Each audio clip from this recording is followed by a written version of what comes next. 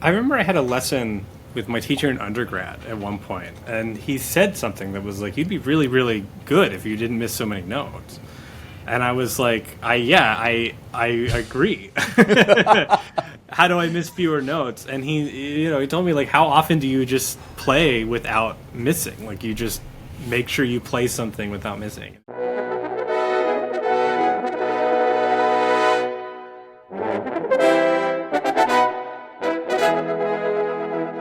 That's Scott Legier, social media horn sensation, third horn in the Louisville Orchestra. With more than 70,000 followers on Instagram, over 2 million likes on TikTok, Scott is one of the defining voices of the horn in social media. His online presence is instantly relatable, fun, yet also just extraordinary and excellent, almost intimidating, especially when he flexes his multi-track muscle like in this Don Juan arrangement you're hearing him perform right now. In this episode, we talk about how his practice has changed since becoming a father, his approach to artistry and teaching, and of course, how he became such an incredibly accurate and polished horn player. Hint, pandemic and social media. As a bonus, Scott tries out what I call the fabulous four of high-range magicianship. We clocked him up to a double B flat, and he asked some great questions. Listen to the end to hear what Scott is still working on in his own playing, what he'd bring if he knew he was going to be stranded on his desert island. This is the Holistic Horn Podcast. I'm Mars Gelfo. This podcast is for you to live your best life as a musician and whole human. Enjoy episode 6, Scott Legier. Let's go. Okay. Welcome to the Holistic Horn Podcast, Scott. Hey, how's it going? Good. I'm super grateful to have you on. I feel like, I don't know if people tell you this all the time, but because I've gotten to know you over the last years as a personality and in some ways almost like fallen in love with you from a distance, it feels so weird and like such an honor and such a, like I already know you somehow. Yeah. Having you here, even though we've only talked a couple times. Do you get that often? I think a lot of people at IHS realized I had legs for the first time at that conference. I think many people didn't know. I did get one comment that people thought I was shorter than people thought, and I'm so sorry to disappoint. But again, I only recorded with short people before it as well, so maybe that was unintentional, but still by design. Is that better than you're taller than I thought? I don't know. I've never been a tall person, so I don't have that experience. But either way, yeah, no, it is very fun to. It's always. I mean, this is on the internet, but even so, like I think the chief benefit of having the social media and doing all the sort of things that I do online is that it has allowed me to make many more real connections than I would have if I were just in the practice room and showing up to concerts when I could. I've gotten to meet a lot more people this way and made those sort of contacts, which has been really, really fun development in that over the years as I've done it. It's incredible. And, real world height aside, you are basically a giant in the horn world now. And you've stayed so pure to your intentions, which is what I think a lot of people really like about you and your social media presentation at IHS confirmed and elaborated on for us. There's a whole conversation about social media, but hearing baby shrieks in the background, the first question I want to be a part of it, by the way. Yeah, that will happen today. Yeah. What's it like being a horn player with a new baby? Oh my gosh. I saw this question online, and I've always been wondering how to answer it, because I don't think anybody ever knows. I think you just kind of do it and you just figure it out. Like, Julian was born in March, and like that was lucky that was at like a low time in my season, so I didn't have a lot going on, so I was able to just take time off of work. He was born 2 months early too, so it was a kind of a surprise to like figure out how to do everything. And then the first concert I came back to the orchestra after paternity leave was Mahler 6, and I realized that playing in an orchestra actually is hard work. Because when you don't do it for a month and then you do jump into something like Mahler, I was like, oh wow, this is actually a lot of playing I have to do. And then my summer was like I had a recital to prepare for, so I was preparing for a recital while raising a newborn baby. and then I had to go to IHS. But basically, like my practicing, I think like I didn't really practice a lot, to be honest.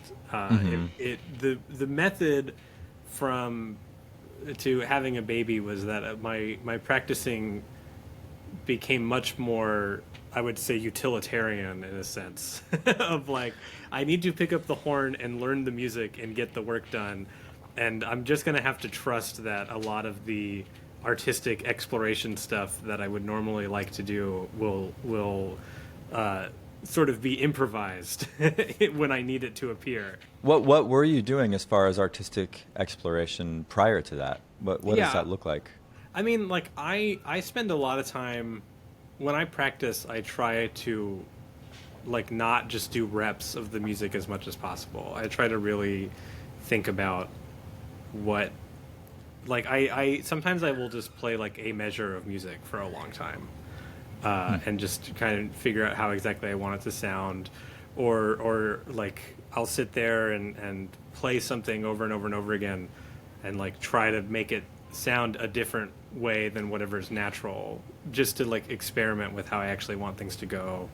Huh. And you know, because like a lot of times I think a lot of practicing is focused on, you know, hitting the notes and getting it right so that you're consistent. And there's a part of that that is really really important, but it's not very fun to do that. Well, So resilience is like you yeah, actually build accuracy through resilience, like playing it with different dynamics, with different kinds of articulations yeah, will build yeah. more accuracy. The more patterns that you've experienced, the less you actually have to sort of, you know, you don't have to perfect the one variation on whatever you're playing if you can do it 20 different ways and you just happen to pick one in the 100%. concert or whatever. So my practicing just kind of became like I don't like basically like there was a piece I did on the recital where like if I had like you know the full practice time, I would have spent a lot of time figuring out exactly how I want to play it, but it became a like I am going to listen to the recording and I will do what the recording does and I will learn the piece that way because I don't, you know, I just need to learn this piece so that I can perform it and sort of move on. So that's kind of where my practicing kind of like changed, and you know and in terms of like a fundamentals routine that I do, like I think that, any semblance of routine goes out the window when you're in something like this. So it just became more of like almost like there's little things that I do, like just playing an etude or having a couple exercises that help, and then really just like trying to remember what I haven't done in a while. Like, okay, it's been probably like 2 weeks since I really played something in the low register. Like, I should do that. And I know it sounds like, oh wait, but a routine would really help you with that, and that's fine. Except that when you have a new baby, you know, it's like when when are you going to practice that routine? How long do you actually have to do that routine? Did he wake up from his nap earlier than he would expected to? Okay, now you got to do something else, you know. So Right, because the baby isn't on a routine. right, yeah, Baby's not on the schedule. the Yeah. baby, they're always on a schedule up until the point that the schedule changes. So you imagine that there's a schedule, and you anticipate that there will be a schedule, and it's roughly the same every day, but it changes a lot of times. So I think the other part of that is just, I mean, this is just relationship advice. It has nothing to do with playing the horn, but like being really like communicating with Lauren about what we both need to do and splitting up the work so that it's not just one of us taking care of this baby while the other, you know, is doing all their work. Because she had to go back to work too. I mean, she works full time as well, so it was kind of that trade off of like, you know, when she was on maternity leave, that was it was a little bit easier to find those moments to practice. Yeah. But when she was off maternity leave, then I sort of became the primary caretaker of Julian for the day, and then I kind of had like an hour to get everything I needed to get done at night. Something you said about trying one bar or a couple bars Oh yeah. multiple times, and if it's not time to put you on the spot so soon, I understand. But I'm curious. Something like, for example, Brahms for third horn. Da, da, Oh yeah, da, yeah, da, yeah, dum, yeah. dum. Would you be willing to demonstrate what it like? Where in the terrain do you go with that? Yeah, so like if you know if you're sitting there with Brahms 4, and like there's a way of practicing where you sit with the metronome and the tuner and you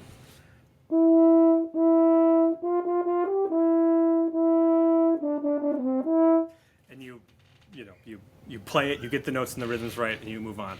But then you kind of have to figure out, like, okay, how does every note of this thing is important? You know, like there's a reason why it's bum bum ba dee da. He could just be two B's. It could just be one half note. You know, Brahms. Let's assume that Brahms wrote this intentionally every single note. And if Brahms did compose it intentionally with every single note, we have to sit there and decide how every note's going to sound. So then it becomes if I'm remembering correctly, it starts on the downbeat, right? So it's ba ba.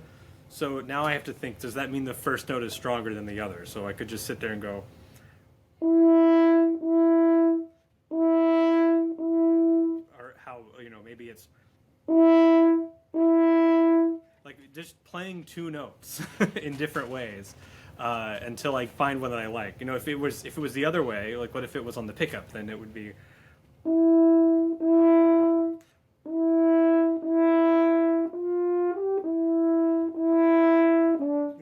You emphasize the second beat more than the first if it's written that way. So I kind of like just would sit there and just play those two notes until I found one that I liked. And then it's like, okay, if that's how it likes, can I replicate it in the full context of that?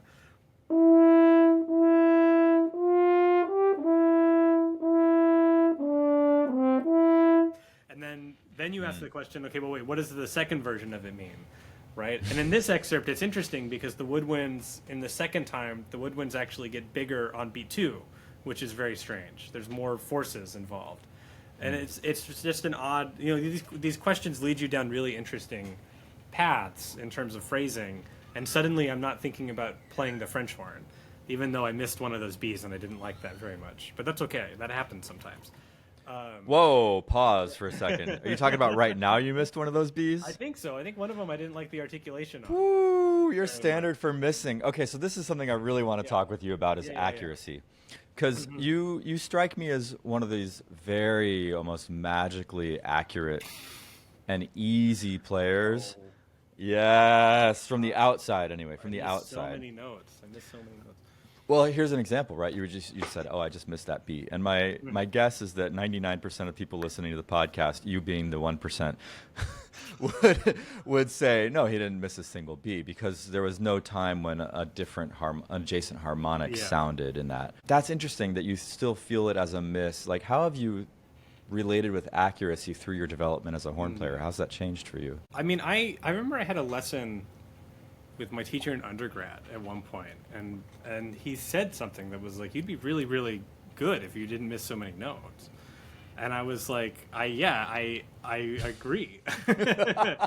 How do I miss fewer notes? And he told me, like, how often do you just play without missing? Like, you just make sure you play something without missing. And so that was kind of an interesting thought, because my process growing up was that I was basically very I was relatively talented, and so I would get put a bunch of hard music in front of me, and when you play hard music that's above your skill level, you're crossing that gap through you miss notes because you have to figure out how this thing goes. And then eventually, I think at that point I went back to Maxime Alphon's book 1, and I just sat there just playing these etudes, just trying, literally with the whole goal just to get through the etude without missing a note. What's happening when it's easy?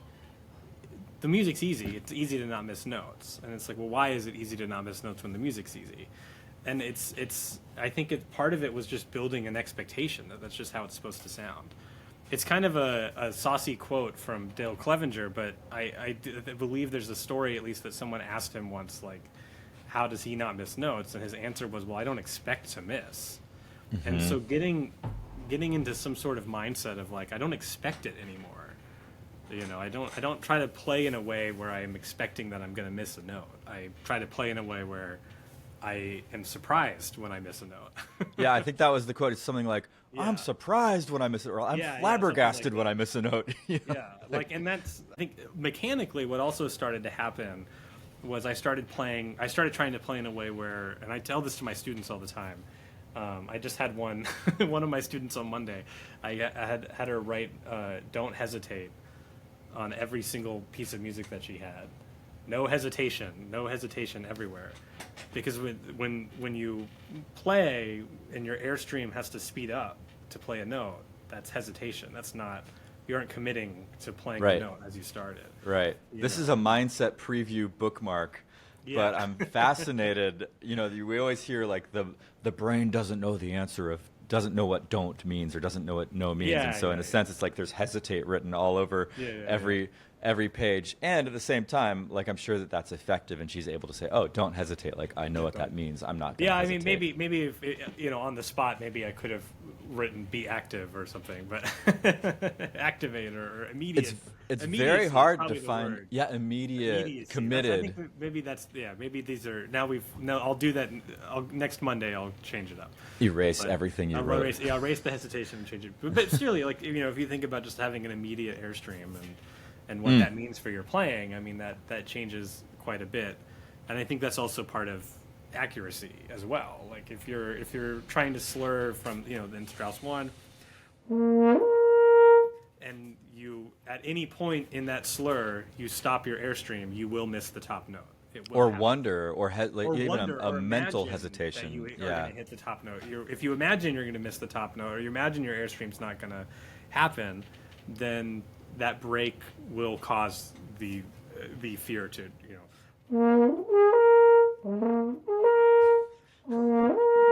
that's kind of like the impression I get when people try to do that slur and it doesn't work, is just that the air's not connected all the way through, and it's just that hesitation of not committing to the solid airstream all the way up. Some of this is philosophy, some of this is mechanics, and I think parsing out which is which for anybody individually is very important. But at least where I am right now, I've found that imagining the philosophy has been more helpful than trying to be very meticulous about the mechanics of what's going on. There's a great book. It's called Dynamic Alignment Through Imagery. Dynamic Alignment Through Imagery. Okay. And he was a dance teacher at Juilliard all over the world. And basically he was saying like, we're not really meant to control our anatomy in the most subtle and nuanced ways through mechanical kinds of instructions. So instead of saying, you'd be like, imagine a spring in the pelvis, right? And like all of a sudden, ooh, wow, imagine that my ribs are on two big springs under each lobe of my lung connected to my pelvis bones, and all of a sudden I feel like springy and elevated. And now imagine that there's a balloon to the top of my head holding me up, and that these springs are here, and that there's a waterfall of relaxation down my neck, of like slow, warm waterfall down the back of my neck. That's the power of metaphor. Yeah. Like basically right off the bat. And for wind and brass players especially, like we can't actually see what's going on inside our mouths.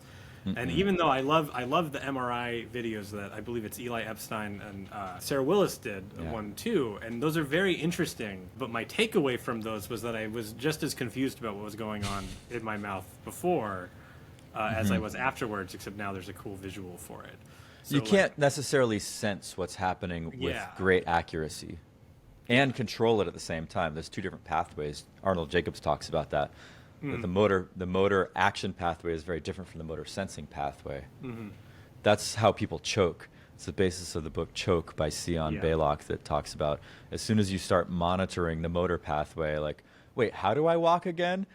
Boom. Boom, you forget immediately. Yeah, there you go. You trip. As soon as you think about what your feet are doing, you trip. Mm-hmm. And I think there's something to that too. I mean, like, and it makes practicing really, really hard in a sense, because we really strive for that level of control that we want. But actually, in some sense, the fancy that comes with just playing music and tapping into that is just as useful. I'm actually like, as I've started teaching more, I'm even surprised myself how easy it is to play music when I am demonstrating it for somebody else than when I am by myself. Like just the other day, a student brought in a Bololi etude I hadn't played in like 7 years or something, or at least since I recorded them, and I just played it, and I didn't, I hadn't practiced it, and I was just playing these licks and this technical stuff, and I was even sort of like in the moment with him, I was like, oh yes, of course I can just do this, because you wanted to share it. Yeah, but in the back of my mind, I'm like, actually, this is a little bit interesting that I'm able to do this because when I was learning this, this was very, very hard for me. Like, I remember the practice room effort it took to do this, but now when I'm just like pulling my horn out to be like, oh, whatever, let me play this for you and show you what I'm trying to talk to you about, it just kind of happens. So it's very, it's an interesting thought about practicing, which is that like, and I'm as somebody who has tried to collect a lot of knowledge because I'm a huge nerd. How little of that I actually use, like in terms of like, you know, the mechanics of your embouchure and all those sort of things, and how much of it is just like, can I just sound how I want to sound, and then just imagining that and trying it again, you know. Yeah, so that relates back to the accuracy question. I'm so fascinated. So you said, yeah, so I picked up Maxime Alphon's book 1 and I just decided to play accurately. If you were to explain to a third grader or to a simple-minded human how they just play accurately, like, okay, I've got my horn and I've decided I want to play a C major scale, but I really want to play it accurately. What do I do? Okay, so it would be like, I would tell them like, basically, do you know this note? Do you know that note? Okay, you know those 3 notes. Can you play those 3 notes together? And they don't think about it, you know. I'm not. And then you just kind of get your all your notes in a row.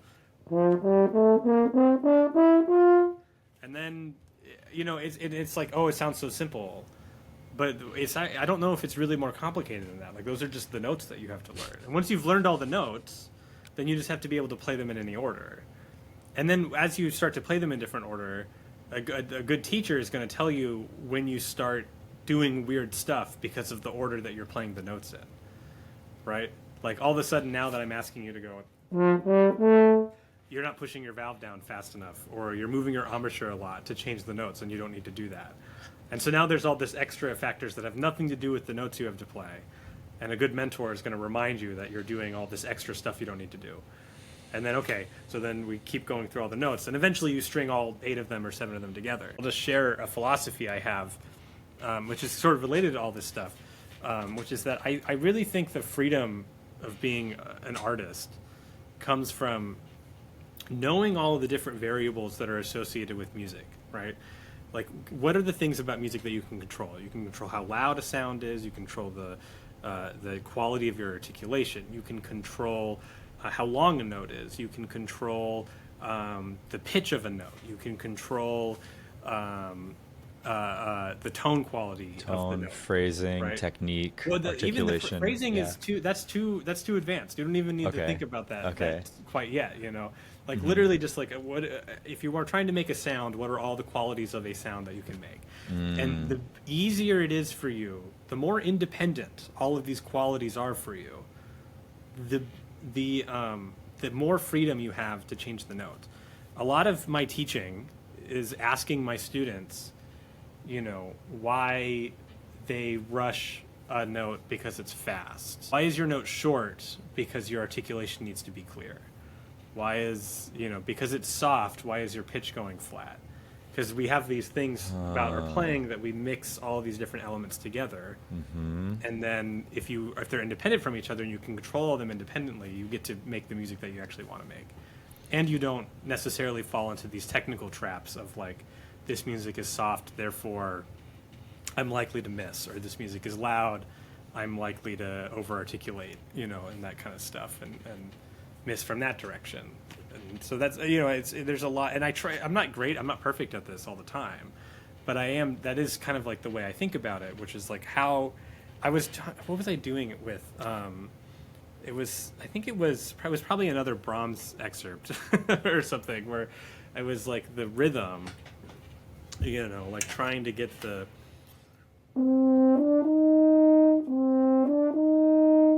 and I had a student once that was, that B flat every single time was,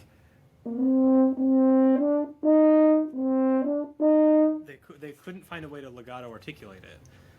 And it was very interesting. It was like, this is the only way that you know how to articulate, to do that really firm articulation. And then, you know, like, can we do legato? Then trying to figure out, like, what does your legato articulation sound like? Is it clear enough? And messing with that until they could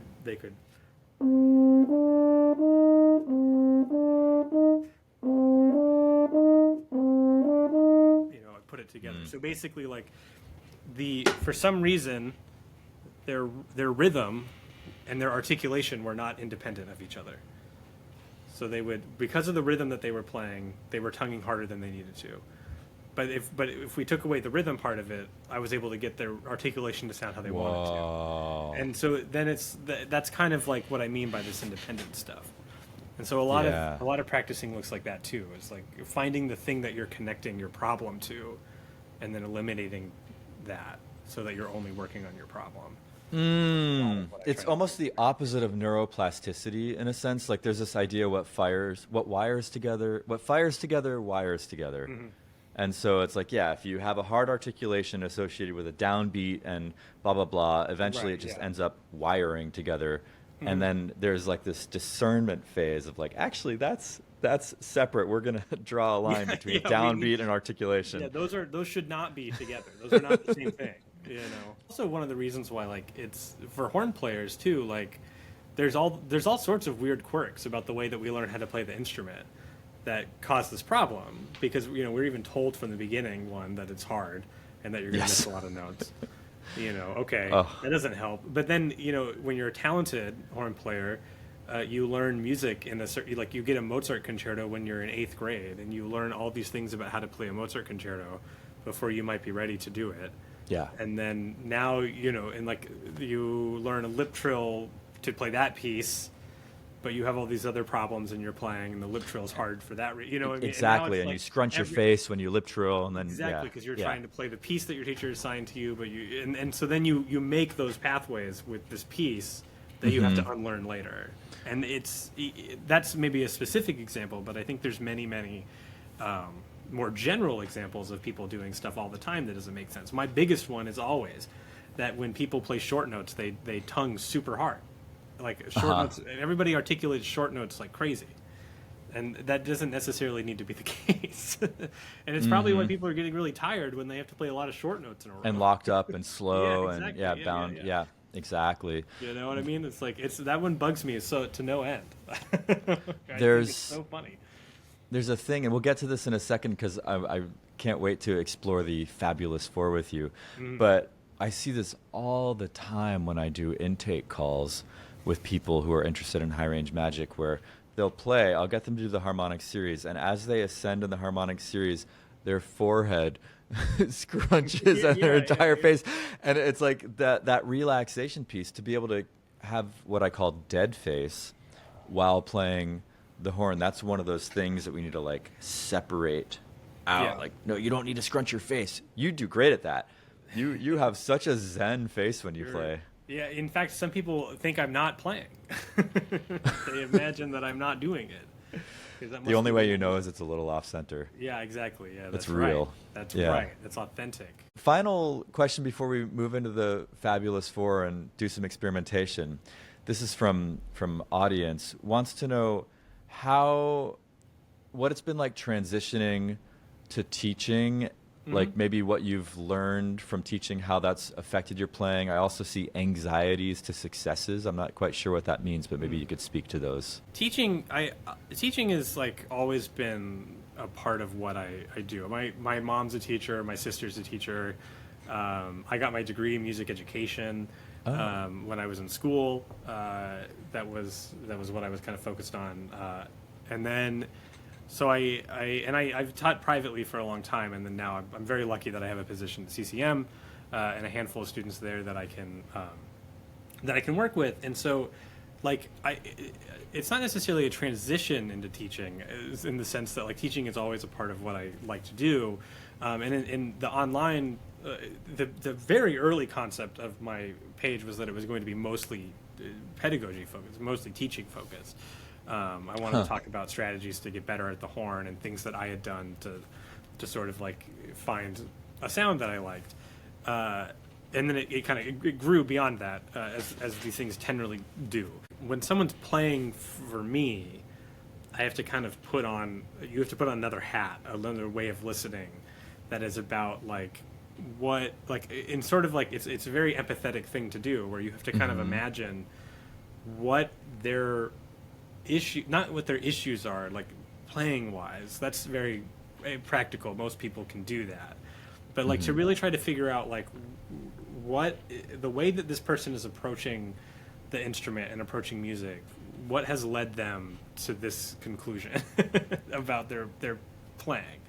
Like, what are they doing in their body, in their way of approaching art that is creating this output?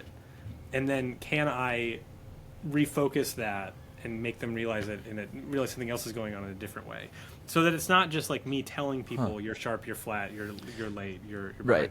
And some people need that. I mean, there's a part of coaching where you do have to just, you know, and I do audition coaching. There's a little bit that's like you're just not playing the excerpt correctly. You just need to do these things X, Y, Z. Your playing is fine, but the mechanics of what you're doing it's just not done correct. And that's very easy. That's even hardly teaching. That's really just explaining. Yeah. You know? Yeah. But when someone comes in and they're struggling with an issue about whatever it is in their playing, and I have to sit there and think like what is it about their playing that's leading them to this sound, and then can I find a way to get them to create the sound that they're trying to make without that problem happening. And those are really the best teaching moments I've found already, is that whenever I can get someone to make the sound that they're actually trying to make. And it's like, okay, that's the most satisfying thing ever. How did you do that? You know, why did you do that? Why did it work that time? I had one student the other day that was playing another below the etude. I guess I like those, but it was the variation on the second etude, which is. And I was trying to get them to phrase it correctly, and I was like, you know, it's like why? Because it just sounded just very this, and they really felt that they were doing something, that they were making a musical phrase, and it's like, now you're just kind of playing notes. And so it was like, let's just take away everything that's not the phrase, and just literally just play the phrase, which was just the G's. And then by then I was like, does it really sound like you're doing what you're trying to do? It's like, no. And then so by the end of that exercise, we're doing. Okay, and now we put the rest of the notes. You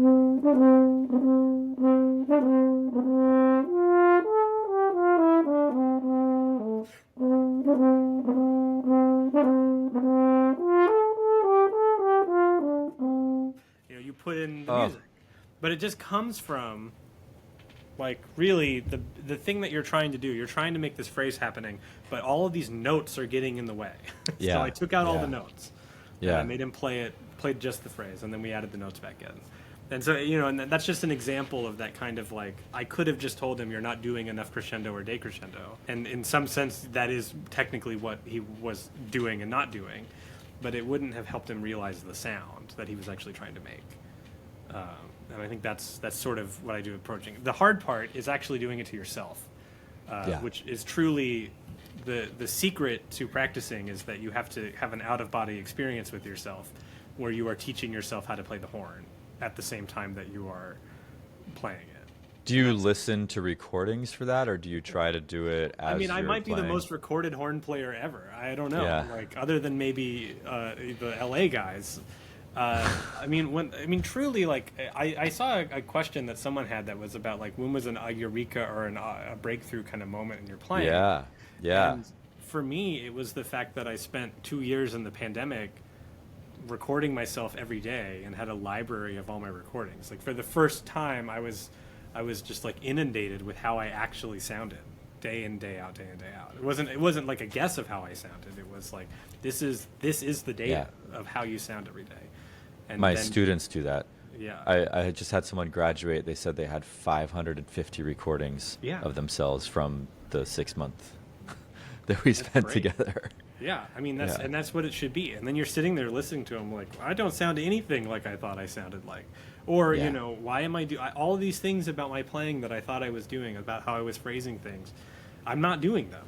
I could be doing way, way, way more. Or it's not the way that I actually thought. That's not what I want my articulation to sound like. That's not what I want my dynamics to sound like.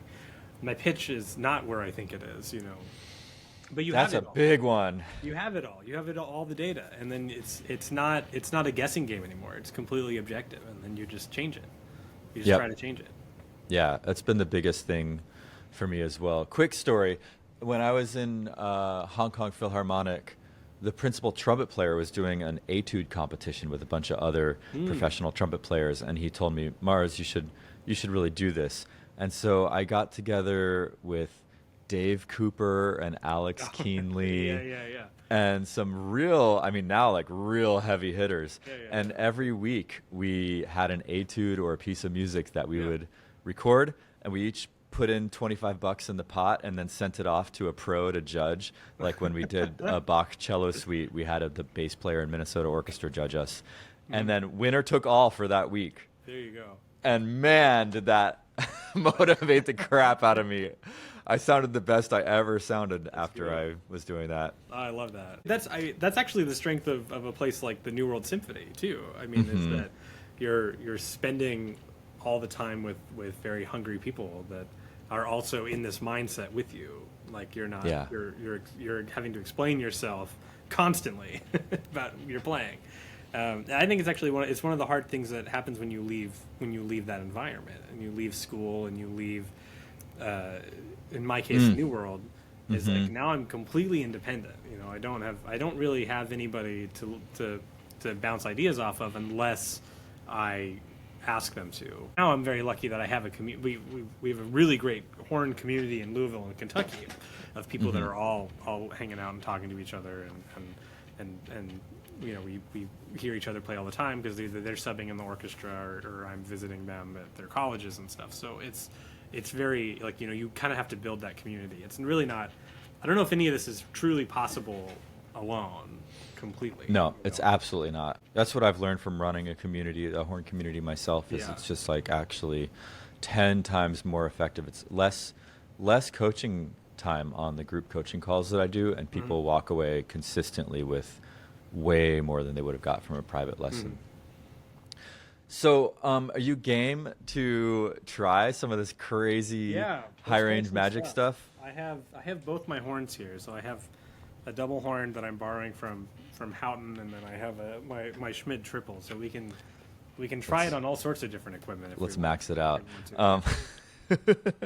Cool. So yeah, for context, for those listening, Scott and I met at IHS, and I was like, you want to experiment with some of the high range magic principles and see what happens on a podcast? And he's like, yeah, sure. Yeah, sure. Why not? Yeah, why not? So basically, I want to introduce you to what I call the Fabulous Four. There's like the pillars of high range magic, and hear your thoughts on them, and also have you try them and see what happens. So the first is, in order, more or less, it's mindset, relaxation, musicianship or energy, and finally mechanics. So obviously we need mechanics to truly, for people that are struggling with high range, to unlock the high range. Okay, so here's where we tried out the Fabulous Four pillars of high range magic, and it ended up being about 50 minutes of experimentation. So I made that a separate video, which you can find at highrangemagiccom/Scott. That's highrangemagiccom/SCOTT. And just so you kind of know what we covered, here's a 4-minute teaser, some clips from that video, and then we'll get back to the main podcast content after that. That's what we're doing. Yeah, this is wild. Hang on.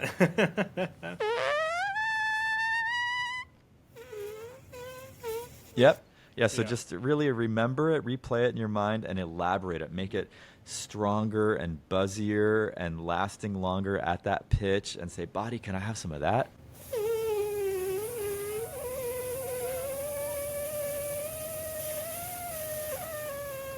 Just get the horn an inch away from your face and see if you can do it, because it's a stimulus for all sorts of weird things.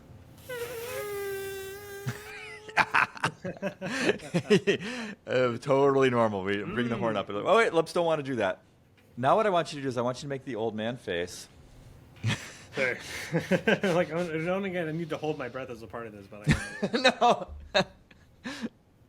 Hey body, can I have that but just a little bit richer and a little bit more secure even?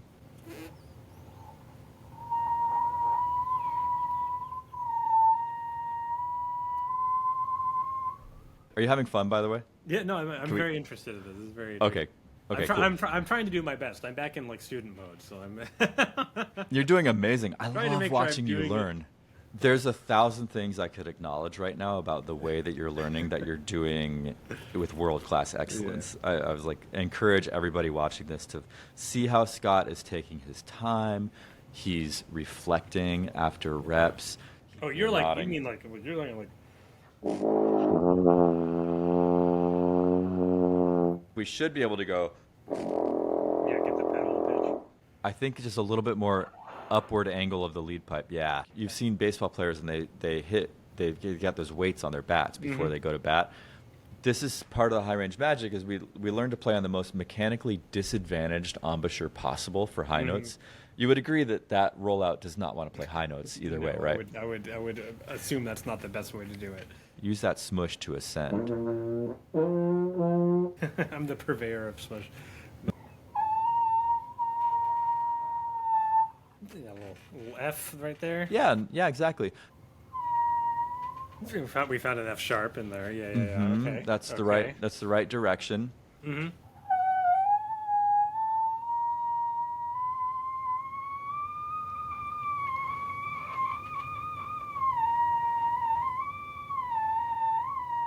Something like that. Nice. Yeah, you just got up to a B flat. That's B flat. Yeah, there's my note. We're gonna play on a very pinned tongue. So pin your tongue. This thought out. This got this thought out.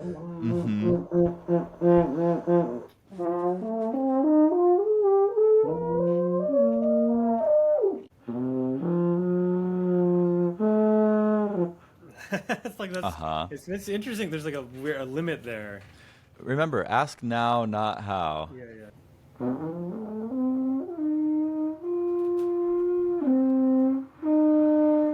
Okay, we got up there to the third. We got up to the C real quick.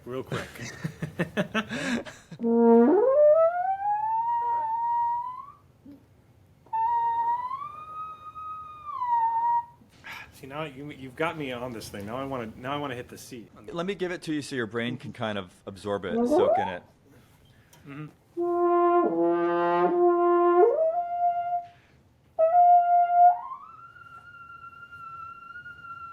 Yeah. There it is. The record so far is an A above double C. Oh, dang, nice.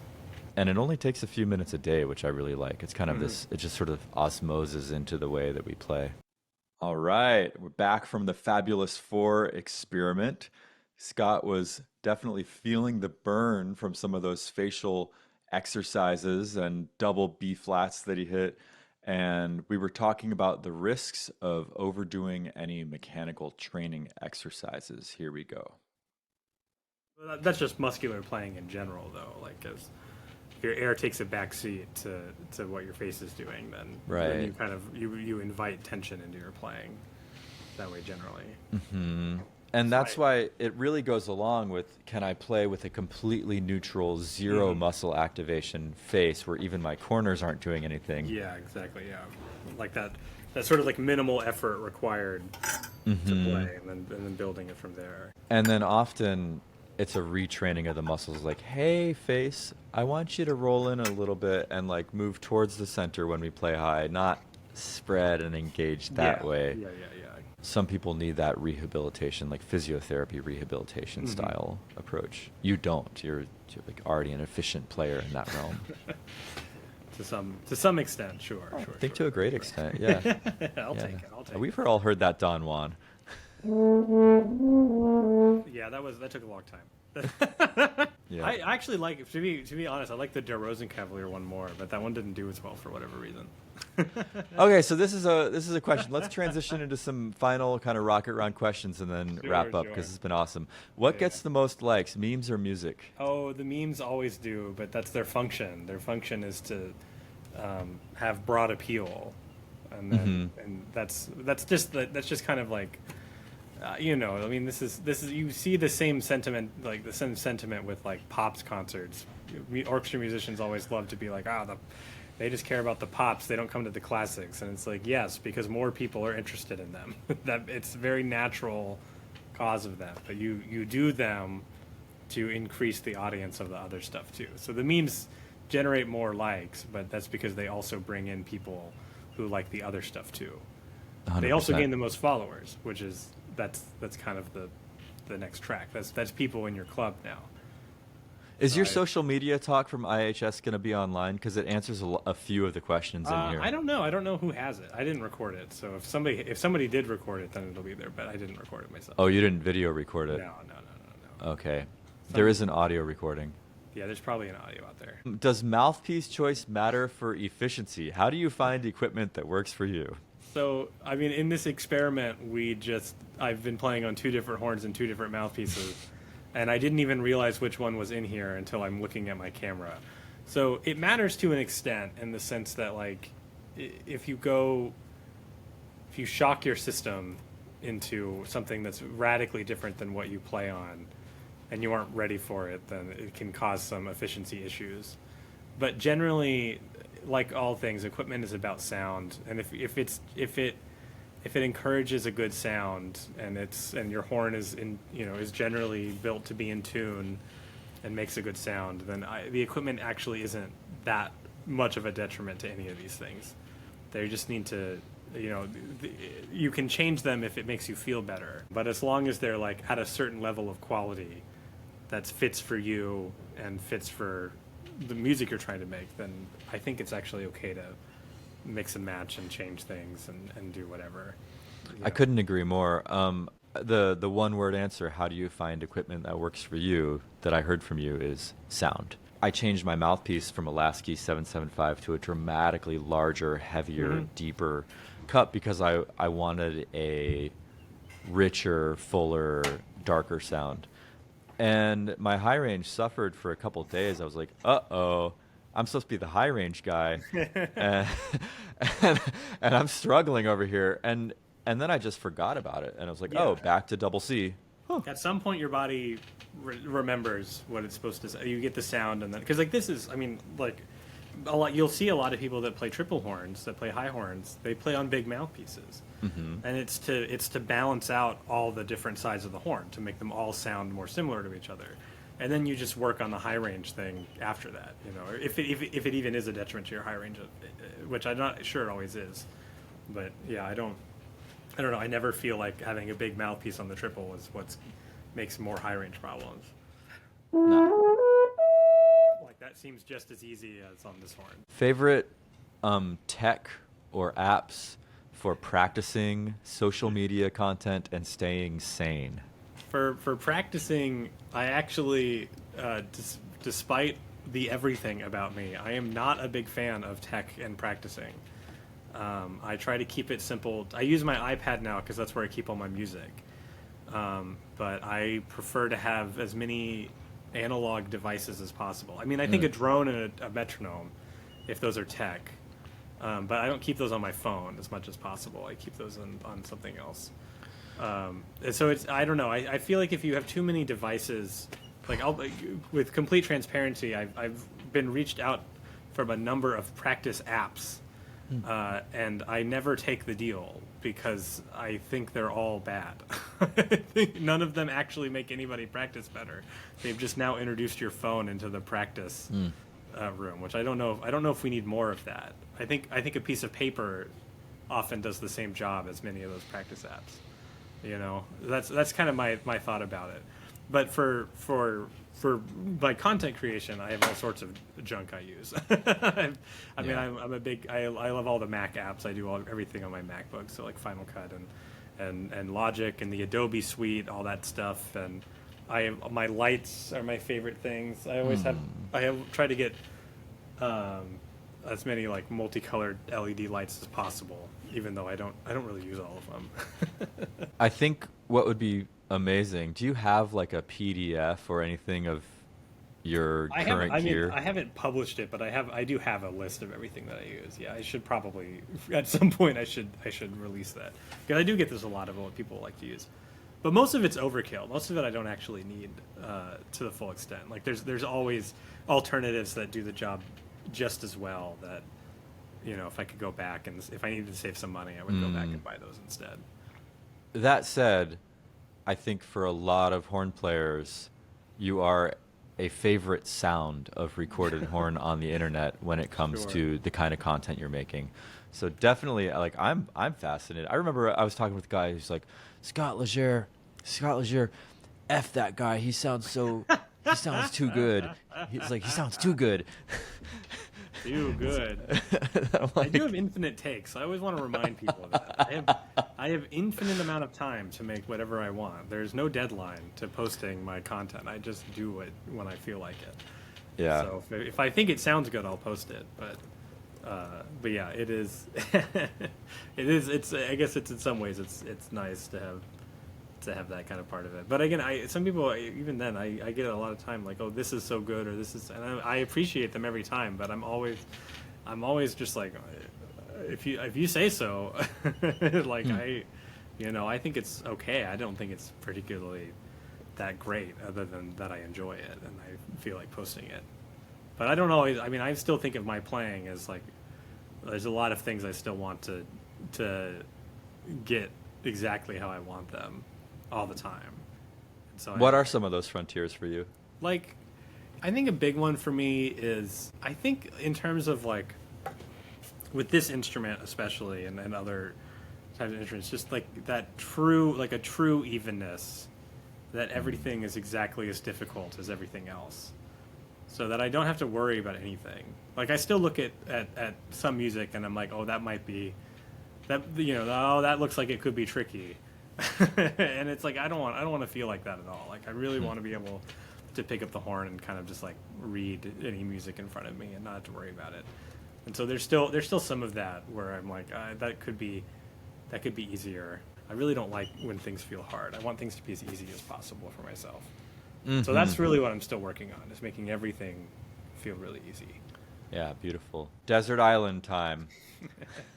3 items, albums, etc. What Oh would you my bring to the God. desert island? What would I bring to a desert island? Yeah. Isn't there a right answer to this? It's I can't remember what bit it's from, but it's like the U.S. Navy Right. like codes like sonar codes that will find a ship that has SOS. Like no. I think in the spirit of the question, I think I'm bringing my horn. I got to do something with my horn. Um, I think yeah, I love one of my favorite albums lately that I just think is one of the best horn albums out there is is Rodek's Mozart concertos that he did with the string like a smaller string ensemble. Oh, God, those recordings are so good. They're just so much fun to play. And I think I would have to find a recording of Heldenleben also to bring, because that piece never gets old to me. The last the I hope if this isn't too macabre, I hope I can time my death to the last E flat major chord of Heldenleben. I feel like that would be a great way to go out. The way he orchestrated that last E flat major chord is really nice. So I think I would need to bring that, especially if my end is inevitable on this desert island. I'm imagining that E flat chord playing out know, us out of this podcast. That's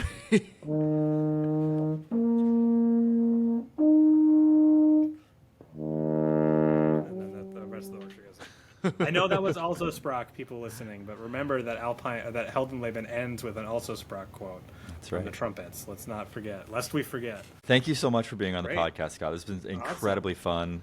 Love your open-minded exploration and also really your dedication to ease, musicianship, the quality of teaching that you're doing, and the quality of playing that you're bringing to the world. So thank you for Sure, thank you. all of that. Thanks for letting me try something new. Where's the best place for people to find you if they're not already following you? Instagram, YouTube, TikTok. Those are the 3 places I post the most. And then, of course, my website, scottleisureHorn.com. That's where you can contact me and, and hopefully ask me to play for you. So, Yeah. or schedule Yeah. a lesson. I do Or lessons schedule a too lesson. on online on Zoom. Beautiful. Oh, thank you so much, Scott. Thank you. All right. Hope you enjoyed this holistic horn episode with Scott Leger. Again, I am Mars Gelfo. I'm the founder and educational director at High Range Magic. After 20 years of struggling with the high range myself and then finally solving it, I compiled everything I learned into a modern curriculum. It's not just about unlocking a 4+ octave range with ease and endurance, but actually deep musical authenticity and trust for those who follow the process. It's really beautiful. In this day and age, it might seem like everyone's just trying to sell you something. And while it's true, High Range Magic is a paid program, it's also true, I feel it's one of the most aligned and meaningful things I've ever done with my life. And horn players across the world are saying things like, I made 10 years of progress in 2 months, sometimes accompanied with tears of gratitude and joy. And it just means the world to me. So if you're interested in that, go to highrangemagic.com/Scott. That's highrangemagic.com/Scott, where you can see Scott try out the Fabulous Four. You can try it yourself along with him and also claim an exclusive discount on the High Range Magic program. So the URL for that, again, is highrangemagic.com/Scott. We have a whole bunch of educational materials on that site as well. And I hope to see you there. Enjoy the rest of your day.